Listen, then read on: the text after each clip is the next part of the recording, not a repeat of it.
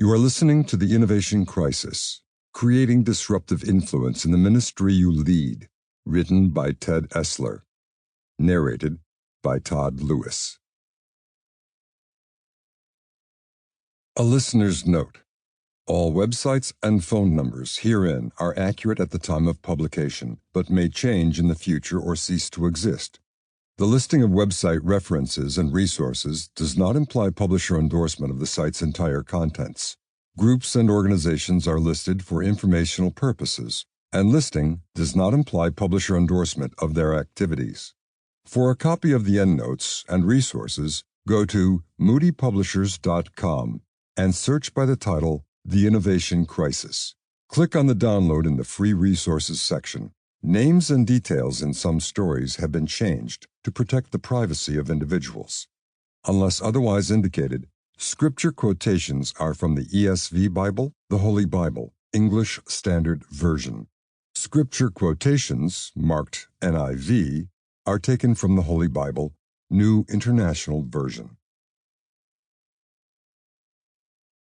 This book is dedicated to Jim Esler, my brother. Jim passed away in February of 2020 after a 2-year battle with brain cancer.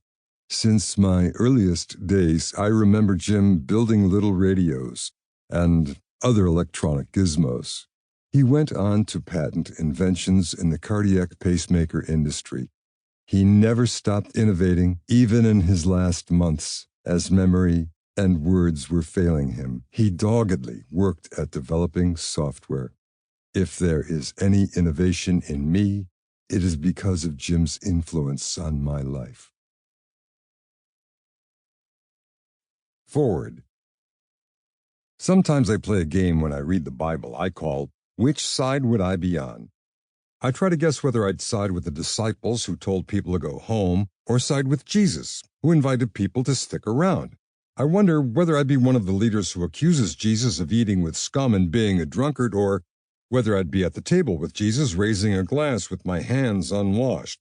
And then as I read about the early church, I wonder whether I'd side with Peter, who insisted everyone followed the Old Testament law, or with Paul, who said it really didn't matter and hey, here's some bacon. I don't like the results of that game. The ministry of Jesus was so highly disruptive and innovative that it frightens me if you actually read Scripture for what it says that is. Let's be honest. A lot of Christians struggle with innovation. The fact that our current approach to ministry has been failing at almost every level for decades now doesn't seem to bother us nearly as much as it should. Sample complete. Ready to continue?